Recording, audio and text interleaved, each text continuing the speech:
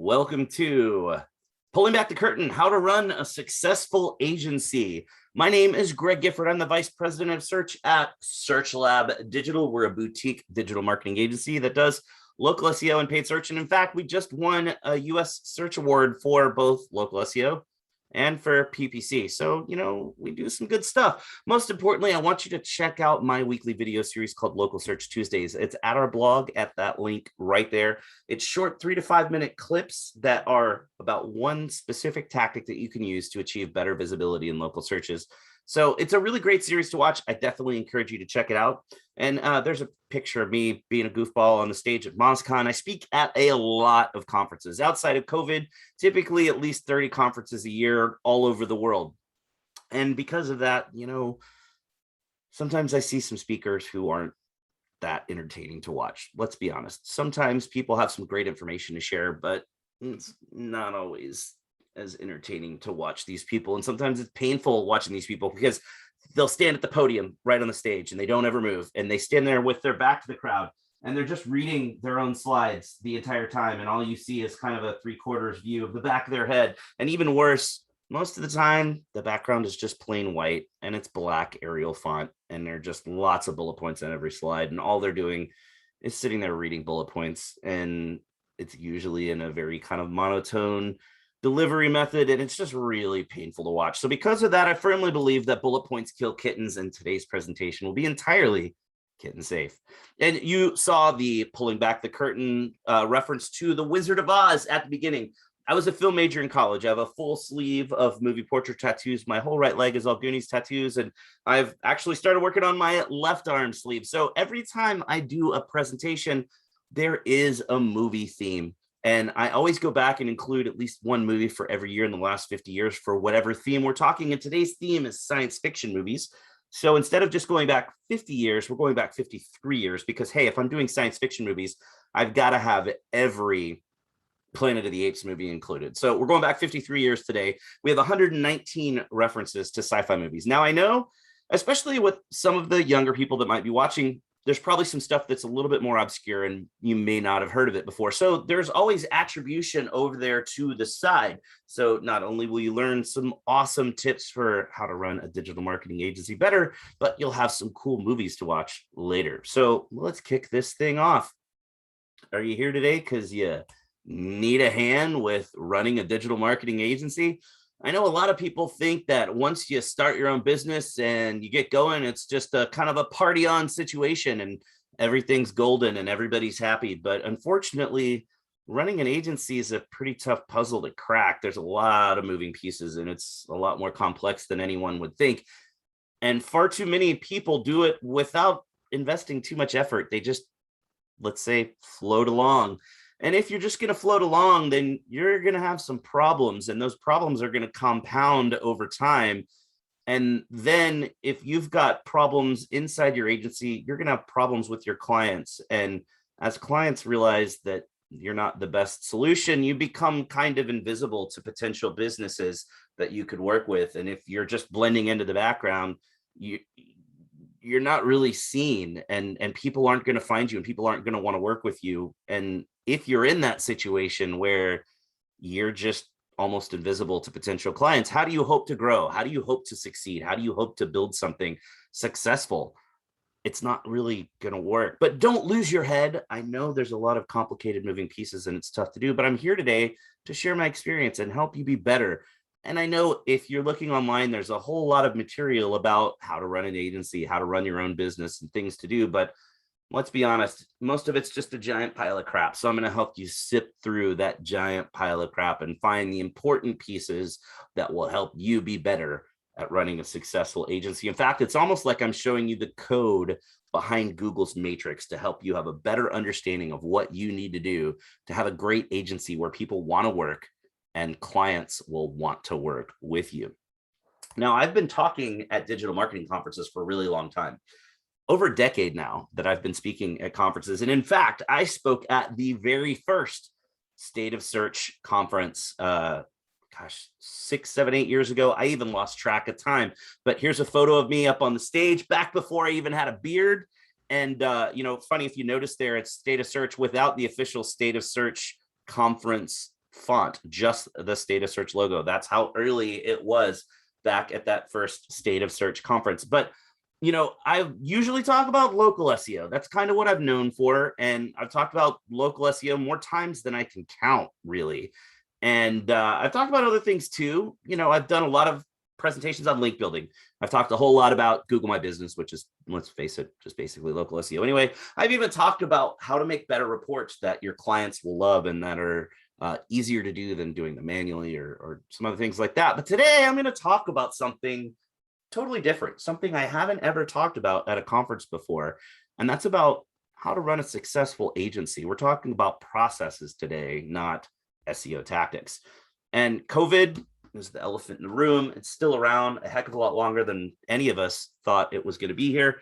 And it hit a lot of agencies really hard. A lot of agencies ended up going out of business because of COVID.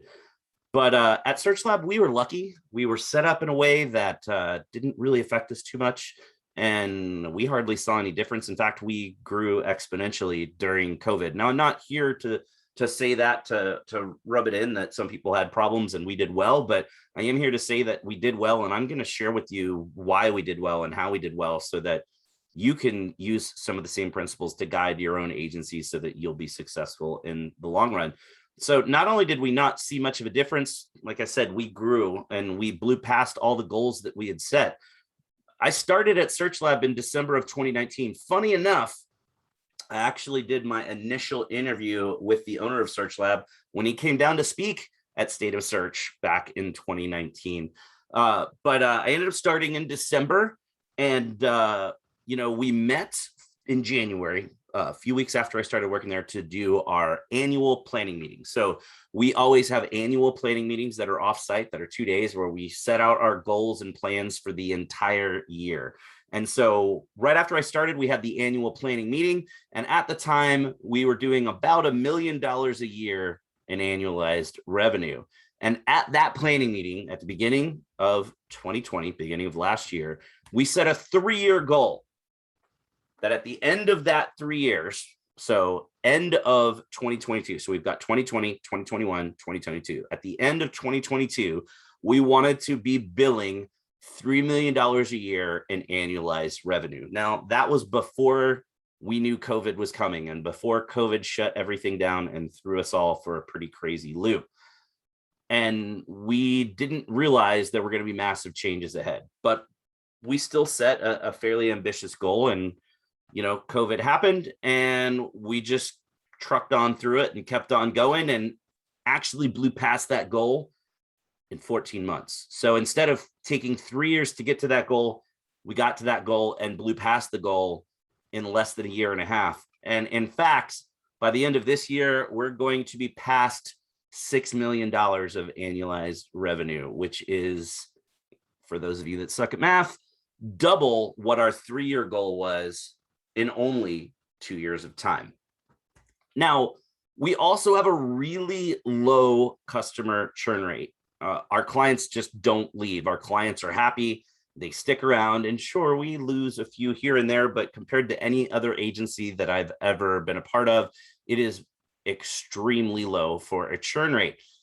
And as we've talked to a lot of other agencies, and I've had exposure because I've at a lot of different conferences and we've been able to do some consulting for various agencies. And I talk to other agency owners as well online. And it turns out a lot of digital marketing agencies don't really know how to run the business side of the agency. They just don't know how to run an agency successful. In fact, it's pretty amazing that some of these agencies are able to stay afloat with just a complete lack of oversight, a lack of processes. And they still keep going and they hang on for dear life. But who really wants to be in business where you're hanging on for dear life? Like, it should be a little bit easier than that, right? So I've helped through my tenure at various agencies build several agencies from zero revenue to multiple $1 million of revenue. So I've got some experience growing agencies from nothing to being pretty successful. So I was hired specifically to restructure SearchLab, to come into SearchLab, look at the processes, to tear everything apart and put it back together so that Search Lab would be able to grow. They wanted to be bigger, they wanted to be better, but they wanted to be sure that they were being better and growing the right way. And here's the problem. If you don't have the right processes in place and you don't address the problems that you're having and you're trying to grow at the same time, those problems will only compound each other. They get worse, they get bigger, they become massive, massive issues that will cause your employees to leave and cause your clients to churn because you've got employee turnover and you're not delivering great results. So today I'm sharing with you what I did specifically at Search Lab. This is basically a very large case study of what I did to change Search Lab to make us the successful agency that we are today. If we boil this entire thing down to the simplest concept, it's all about the fact that doing SEO is relatively easy, but running a business is hard. Running an agency is difficult, even though it's easy to do the SEO side of that agency. And ultimately, if you want to have a successful agency, it's all about having the right people in place and having the right processes to manage that client work and those people. And when it comes to people, I know a lot of agencies out there like to hire people very cheap with no experience and train them up. That way they're doing everything that you want them to do exactly the way you want them to do it. But I don't really like hiring the super cheap, the people that are really cheap like that. It doesn't work out in the long run. I feel like it's actually cheaper to hire people that are more expensive, because if you hire the cheap people and you spend all that effort training them up, then they're going to realize after a year, year and a half that now they do have a lot of experience and they can go somewhere else. And when they jump ship and go to a different agency, they get a lot bigger bump in pay than they could ever hope to get working where they are now, even if you give great raises. And I just don't have any interest after years and years of doing this. I've got no interest in training my competition's team. If I'm hiring people cheap and those people work to get the experience with me, because I'll take them with no experience. Once they do have experience, it's easy to go get a better job that pays more because they've got more experience. And now it just becomes this revolving door of I'm hiring cheaper people and training them, and then they're out the door. So you have to hire people with a little bit more experience and pay them well, so they're going to stick around. And if you've got better, more experienced talent, that means they're doing better work. That means they're going to get better results. And if you're doing better work with better results with more experienced team members, that means you're probably most likely going to have a lot lower churn with your clients. So it makes a lot of sense. But that doesn't mean that we only hire people with a lot of experience, because if we hire someone at the lower end of experience, we've got a very intensive training program to catch them up to where they need to be, so that, you know, for the first month they're doing their training. Within a few months, they're caught up to the level of where we would want them to be if they'd come in with some experience. And then we're able to take those people and mold them into awesome SEO consultants without taking a year to get them there. So we can hire people with less experience. And then after a year, when they do have that experience, we give them a significant pay bump. And we understand that, hey, look, if I'm going to hire somebody, a guy or girl with a lot less experience or zero experience, but they really want to be an SEO and we want to take that leap with them, then cool. Then we're going to pay them less than we would pay someone coming in with a year of experience. But after a year, when they've been there and they've demonstrated that they're great and they've done great work and they've kept their clients happy, then at that point they do have experience. It's not fair for them to have that disparity in pay range when, if they'd have come in with that experience, they would have been paid significantly more. So we understand that if that's going to happen, those people are going to get that first year's raise will be a lot bigger than what it would normally be, because we want to catch them up to the level of where our other people are, so that there's no disparity in the pay range. And B, they're going to stick around because they don't have to make that jump to somewhere else to get that pay increase to where they would be now that they've got some experience, and we keep them longer. Otherwise, those people are going to bounce 100% of the time. At about a year to a year and a half of time, that door is just going to start hitting people on the way out, because they're going to want to peace out and go somewhere else they can get paid better. But it's not just about hiring the right people, it's also about the right processes. And that's where I feel like we've really honed things in really well, and we have some great success. So I'm going to share a lot of information about the processes that we use, because if you don't have the right processes in place, your results will suffer. You have to have the right processes to drive the direction of the team so they know what they're expected to do. And you need the right processes in place to be able to audit the work that people are doing so that you've got oversight into what's going on at an agency level and among individual clients, so that if someone's not hitting the levels of performance that you think they should, you're able to catch it in time to turn things around instead of being, at a point where you don't know what's going on. And most agencies are running with more of a team-based approach. And that team-based approach means that you've got multiple people working on a client account every month. You're going to have your tech SEO team. You're going to have your content writing team. You're going to have your regular SEO consultants that do the day-to-day optimizations. You're going to have your G&B team or your reputation management team. And an account manager that's coordinating all of this, or the account manager may just be a relationship manager that talks to the client. But you end up with a situation where somebody comes in to write a blog post this month, and they don't really know that much about the client. They just know what the client does, and they need to write a blog post that kind of fits there. And it's different people writing and different people optimizing. And it ends up with a lot of different individual people touching an account over the lifespan of that client account. And usually that account manager is just going to handle the client-facing relationship and not actually do any of the work. So it's less focused and less organized. And a lot of times teams are not fully utilized, because let's say you're having this team-based approach and you have some account managers, and the account managers you have are completely utilized. So you have to hire a new account manager to cover the extra space. Well, when that new guy starts or new girl starts, you're looking at somebody that is very underutilized because they just have a very small portion of their time being used. Even if you reallocate other clients and spread it out among your account managers, you end up with a not fully utilized team. Or the same thing if you have a link building team and you get to capacity and you need to hire a new link builder. You hire that new link builder, and now your link building team is not fully utilized. And sometimes it can be not fully utilized for quite a while. So at Search Lab, we take a different approach. It's a boutique approach, where with us, one single consultant handles everything for every client. So that consultant owns the entire client relationship,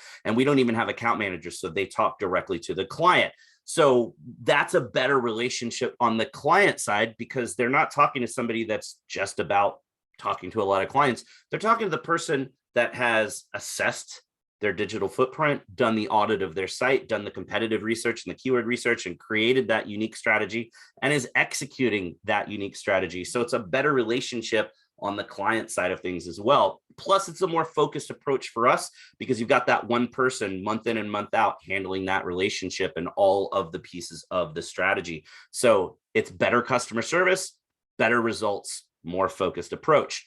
And more importantly, it makes it infinitely easier for us to scale, because when it's time to hire, I need to know when I need to hire. And with the team-based approach, I know when a team's at capacity, but now I'm hiring somebody to a team that will be underutilized. So with the team-based approach, we have to hire those people for those teams as those teams hit capacity.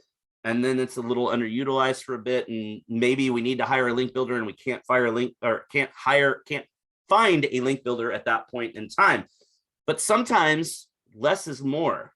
Making it simpler makes it easier, and you can get better results. As we grow, I know exactly when it's time for me to hire a new employee, because I can see what's coming in our sales pipeline. I know when new accounts are going to be starting. And I know that ahead of time because I'm paying attention to what's going on in our sales pipeline. So we know when we're going to be at capacity, when it's time to hire somebody. And by the time that person is trained up and ready to take accounts, we actually already know which accounts will be going to that person. And we know how much money we're making per employee too, where we're not doing the weird janky math of just taking the whole team and dividing it. I can look at profitability per individual employee, because I know per account what costs are involved, what salaries involved, and everything involved in that calculation is very easy and very quick every month. So I know profitability per person. For example, a standard consultant that works our normal framework standard accounts, if they have a full load of clients, they make us about $16,000 a month of profit.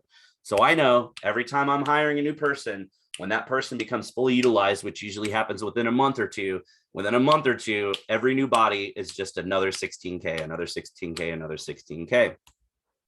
And we built out our management team really well. The last year and a half has been really getting everything in place where we can now scale pretty quickly if we need to. And we're hoping to need to. We've been doing well so far. But the management team is not client facing. The management team doesn't generate any revenue. Sales team generates revenue in that they're selling things, but they're not actually doing the day-to-day work of working an account. So all of those non-revenue generating people, they're all hired, they're all in place, which means now the next 10 to 12 hires that I make are all going to be consultant level. So that's 10 to 12 hires of within a month or two, 16K per person. And I know exactly when to hire and I know exactly how much they're going to make me. So it's just an easy, well-oiled machine at this point. And we set up our teams in little groups. We usually sometimes call them pods, but the teams are 5 people. So it's up to 4 consultants with a team lead that runs each individual team. Now the team leads help lead client calls at the beginning, and then eventually the consultants are able to run their own calls and the team leads don't have to. The team leads are there to mentor and help people through tough times where they're up against a roadblock and they can't figure out how to get this link across the finish line. That team lead can help. Or they're having some issues with a client that's got some unique situations in the website. They can come in and help get that sorted out as well. They're also able to help us with our auditing system, and the leads will cross audit each other's teams. And they're also there for quality control on the work that we do. So it's kind of an extra person in spot to help with both production work and to make sure that that work is awesome. And the team leads also own a small number of clients each as well, because then it covers their salary. So I don't have to have these team lead roles on these smaller teams, because remember, it's just up to 4 consultants on a team. And if every team had a team lead that didn't generate any revenue, that becomes very expensive and it kind of kills profit quickly. So the team leads will handle a small number of accounts each. So their salaries are covered, and we actually typically make just a little bit of money off of each of the team leads as well. Now, when I started at Search Lab, I completely ripped everything down and rebuilt basically from scratch, because before I came in, they treated SEO kind of like paid search, where there was a monthly budget of whatever the monthly amount of money was that was being billed to the clients, and work was completed based on the hours associated with that dollar amount. So if certain work was done and it came to the last week of the month, and somebody would notice, oh, geez, we've got to figure out another $500 worth of work to do on this site, then they just go figure out what to do.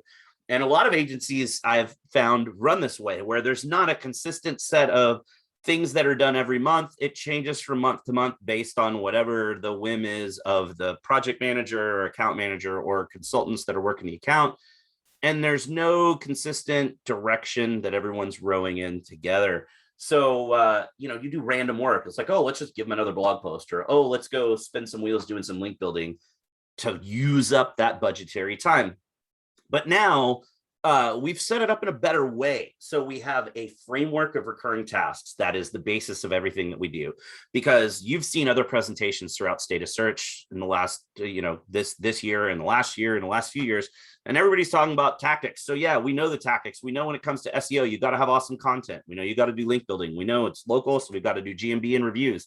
So we've got all these different elements that we know need to happen. So we have the framework that lets us know at a point of entry, every client is going to, at a minimum, have these tasks happen every month. And then that framework can be customized for larger clients or clients that have really specific needs. But the framework ensures that we are always completing certain tasks every month. So we don't have the kind of fly by the seat of our pants, let's use up their budget, and maybe we go 2 or 3 months without even writing any new content, or maybe we go 6 months without doing any link building, or hey, it's been 2 months, maybe we should go touch their GMB. This way, every month we know that the right signals are being touched, regardless of the size of the client's account.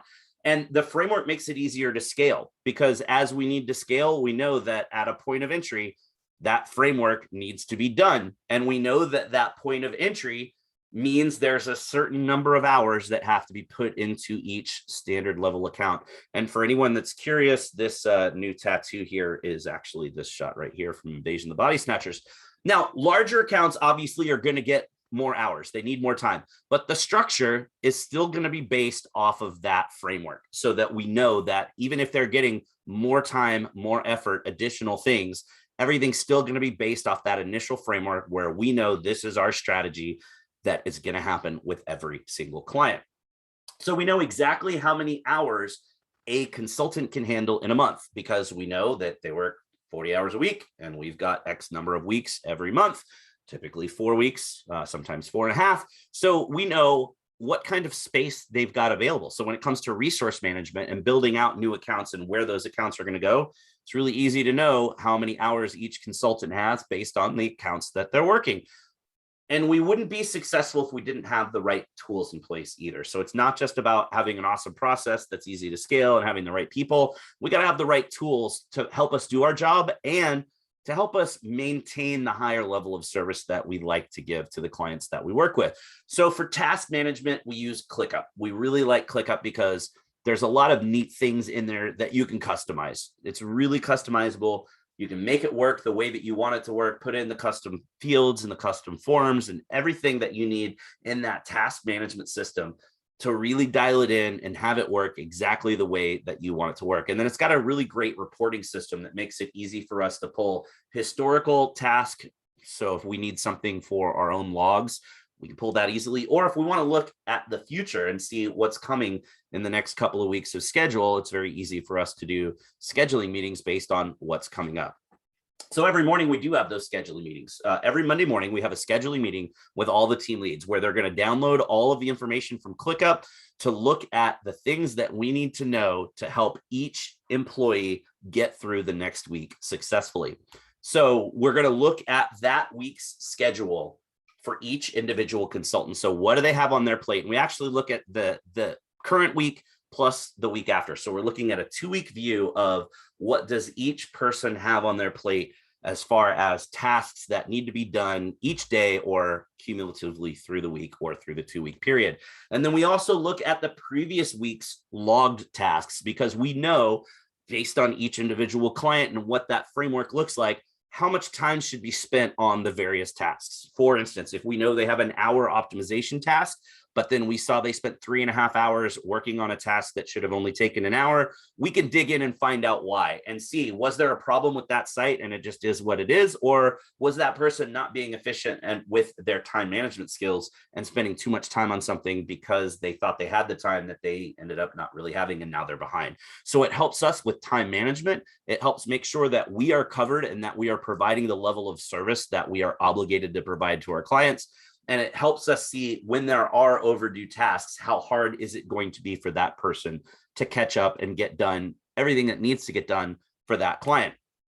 Now, with our team members, we don't expect that there is going to be 40 hours of client work completed every week, because let's be real, that's just not a realistic goal. Now, we actually set this system and put it in place before COVID happened, and then everyone ended up being home. So some of the things that we had built into this, like, hey, look, I don't want you to log when you got to go to the bathroom. You don't need to log that you took your lunch break.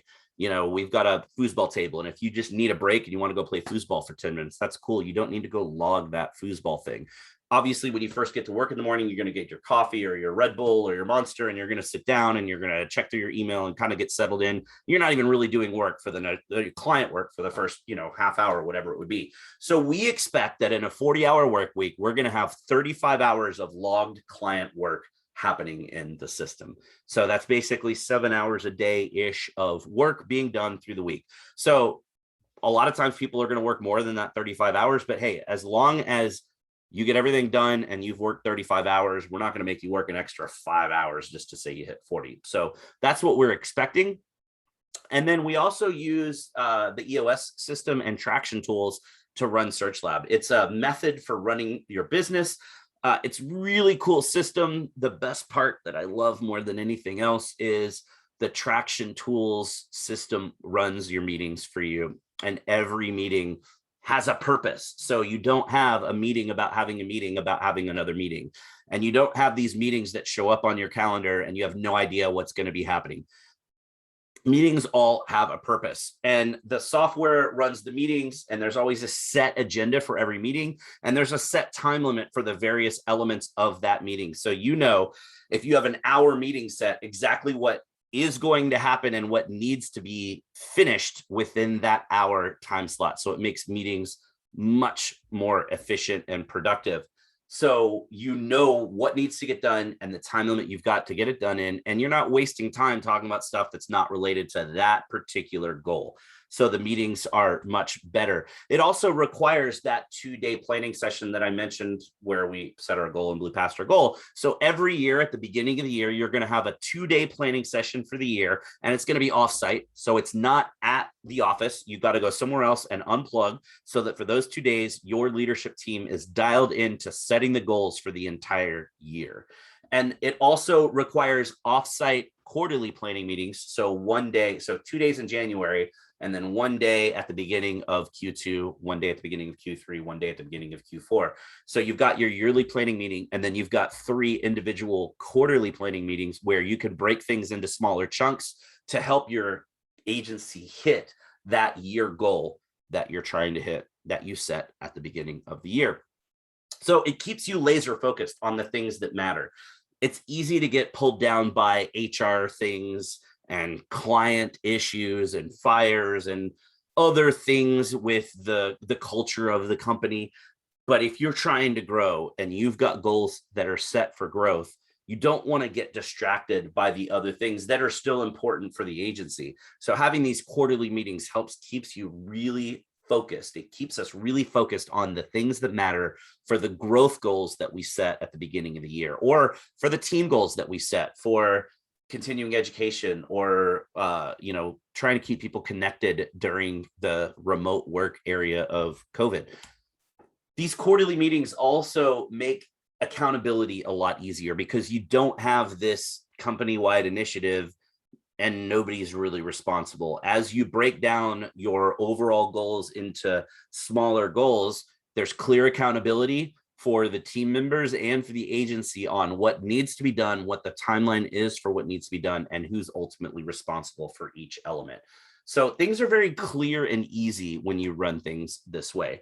Then for all of the tasks that we have in our framework, I wrote a very in-depth team manual. So not only do we have the project management system that has all of the tasks outlined to make it easy to go see, here's what I need to do today and this week and next week, et cetera, but each of those tasks has an in-depth description of the task in the team manual that outlines, here's what to do, here's how to do it. It talks about every specific task so that at any point, once you're done with your training, if you need to refer back to the manual to see, hey, what am I specifically supposed to do here? Or how do I fill out my logs for this? Or what do I need to close out in the project management system? It's all in the manual. So everything is very easy to see. Again, accountability and responsibility moving forward. I also created our captain's log. It is our kind of our end all be all simple sheet that we refer to see how clients are distributed among the teams, and also to help us with resource management as we grow. So the captain's log looks kind of like this. Obviously, I blurred out some sensitive client information, but you see the left darker blue person on each of the teams is the team lead with the names of all of the team members across on each team. Then I can see the hours associated with each team member, how many clients they have, and what their availability is if they have time to bring on new clients. And then I can see totals per team as well. So it makes it really easy at a high level to just log in and see, hey, who's on which team. It's easier than using a CRM, like if you had Salesforce or Pipedrive or something like that. You can only log in and see accounts on an individual basis. So I can go look up all the information on a single account, but this is an easier view for us to see how clients are distributed among the teams that we're running. Now, that main sheet is all about a 10,000 foot view. We want to see who is where, who is responsible for which client, and how are the teams grouped together. That's pretty much it for that first one. And resourcing is a lot easier as we're growing, because if we knew that we had 4 people starting on November 1st, and those 4 people were responsible for, 3 standard level accounts and 1 large level account that's the size of 3 standard accounts, then that means I would need to find the space for actually 6 accounts instead of 4. So I need to find out who's got the time. It's very easy to jump into that sheet, see who's got the time, see who's got the availability, so that we can plug and play and put things where they need to go. It's also easy to make a copy of that sheet and play out multiple scenarios and move things around and see what's going to work best with what's coming up in our pipeline, because typically we're looking a couple of months ahead of time to figure out where clients are going to get slotted in with individual contributors.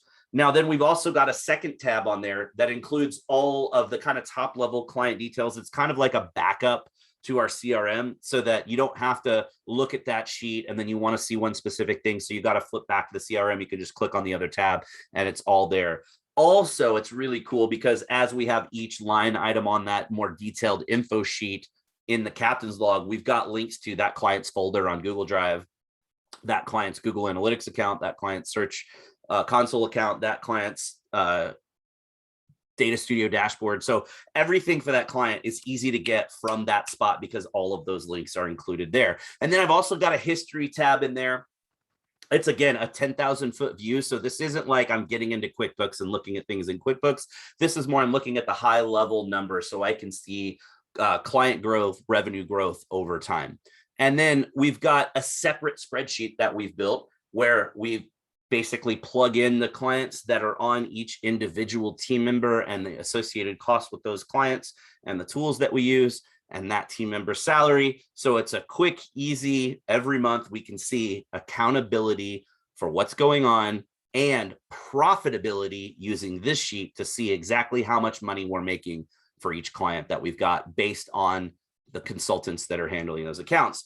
And then we use a really cool tool called Cash Flow Tool that lets us do forecasting. So as we look at our sales pipeline and we can put things into the sales pipeline and see what's coming in this cash flow tool based on the prospective level of number of clients that we're going to be adding and number of team members that we need to add to meet that client demand. It's really cool to see forecasting of what revenue looks like. So we see, what kind of cash comes in, what kind of cash goes out, and then the blue line is balance. And you can see that balance line starts to really go up over time, where the other ones seem to be, fairly consistent because we're not really adding a lot of salaries that don't also generate revenue for us. And when it comes to content, we've done things a little differently, and we don't do content in-house. We outsource all of our content to a content provider you probably hopefully heard of before, called CopyPress. We currently, at this point today, order over 700 pieces of content every single month. And these content pieces are all at a minimum of 1,000 words and links. So that's a whole lot of writing that needs to happen every month. If we were going to try to handle that in-house, that becomes a logistical nightmare very quickly. So this way, outsourcing it, CopyPress is going to handle the ideation for all of the content that we're ordering, but we can base that off of keyword research and concepts that we use to suggest, hey, these are some things we should do. But they handle the specific ideation. They do the research for the post. They write the post, they put it through editing, and they go find an image to go with each post that is Creative Commons free images that we're allowed to use. And that's all delivered to us. It's much easier to let a partner manage that side of things, because as we scale, if we're doing that in-house, again, my writing team's at capacity, I got to hire a new writer, and now I'm underutilized. But it also becomes a huge headache to have to ideate, research, put it through writing, put it through editing. That's a whole extra bunch of team members that we have to have, and it makes things a lot more expensive and more difficult to scale. So it's much cheaper to let them handle it. Besides being easier logistically, it's cheaper to outsource it and not have to pass that additional cost along to our clients and charge a higher monthly rate. So we end up getting better content for cheaper than if we were doing it in-house, and it's a heck of a lot easier. I also have a really cool Power BI sheet that I built that lets us track agency trends. It's basically a big roll-up report that we update on a monthly basis. So we're tracking everything at an agency level to see what sorts of results that we're getting for the clients that we work with. Most importantly, it lets us track results per vertical. So we can now see, all right, we've got a lot of car dealers. What do our results look like across the agency? And what do our results look like just for our car dealer clients, or just for our attorney clients, or just for our doctor clients? So we can have individual benchmarks based on the verticals that we work in to know what level of success we should be having within that vertical. We can also track results down to a team level, or even down to an individual consultant level. Now, obviously, they shouldn't always be held completely accountable for the results that they get, because if they get a client that's on a crappy website platform that's already had really bad reviews, then maybe it's going to take some time to really get the stellar sort of results that we usually like to deliver to clients. So it takes longer. It's not that individual contributor's fault, but it's still something we want to keep an eye on. And as we're looking at things, we know that, hey, look, every month we're looking at all of our accounts, and hey, for all of our car dealers, this is what we typically see after 6 months or 12 months or 18 months. And geez, this one car dealer here isn't getting results up to the standard of what we would expect. So now we can dive in and look at that particular guy and see specifically what we can do to juice those numbers and get them better results. And even more exciting, we can pull out the really cool metrics for marketing that our marketing and sales team need to close more deals, because now we can see, what are we getting across the agency as an average of increase in traffic over 6 months or over 12 months, or what are we seeing within that particular vertical, or even within that vertical, if we're talking car dealers, specifically look at Ford dealers, or with doctors, specifically plastic surgeons, and what kind of results are we getting there? So we can pull out great numbers for marketing to help close more deals moving forward. Other tools that we love, real quickly here at the end, we love Places Scout. It's awesome. It's invaluable for the reputation management side of things that we do. We love Whitespark's rank tracker. It is by far the best local rank tracker that you can use.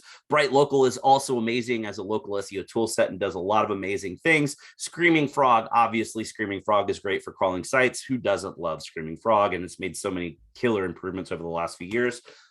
SEMrush, and yes, I will always and forever call it SEMrush and not SEMrush, but SEMrush is a great do-it-all tool. They've made a splash. Everybody knows who they are at this point. They're awesome. We love them. And then Ahrefs is awesome. Shout out to my boy Patrick Stocks. Ahrefs is awesome. He's there now as a tech SEO and product lead for them.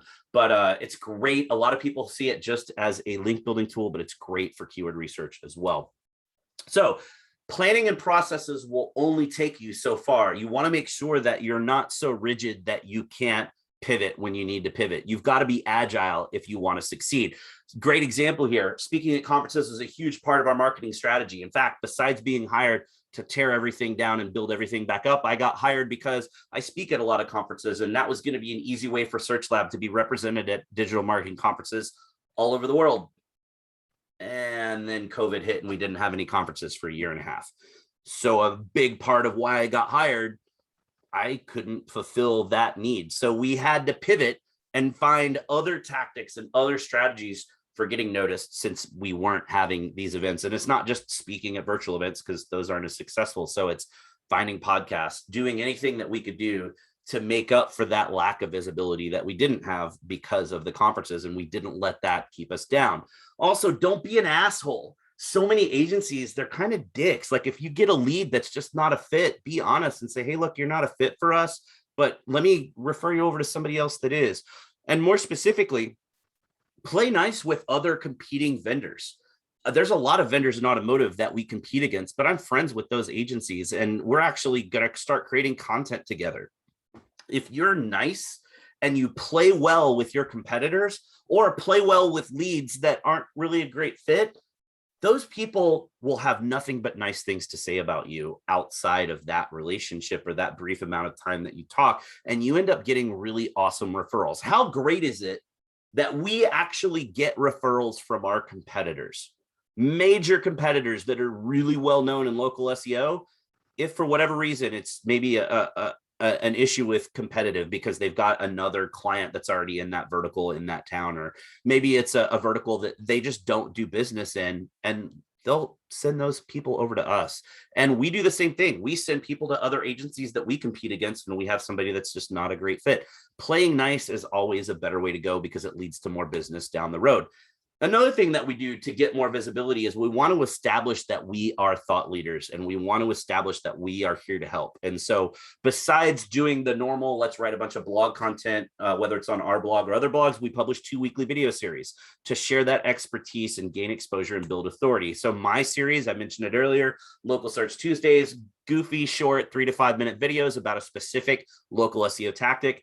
That's meant to share our expertise and specific tactics so people see how we work. And then our owner does a video podcast called Suds and Search, where he interviews SEO experts and PPC experts and just marketing experts from all over the world. That one's not really meant to drive business. That's more to show that we are an authority and that we know the people that know these things, and we have them on our site, and that we're friends with all these people. So we're well connected and we're not just some nobody agency that nobody's ever heard of.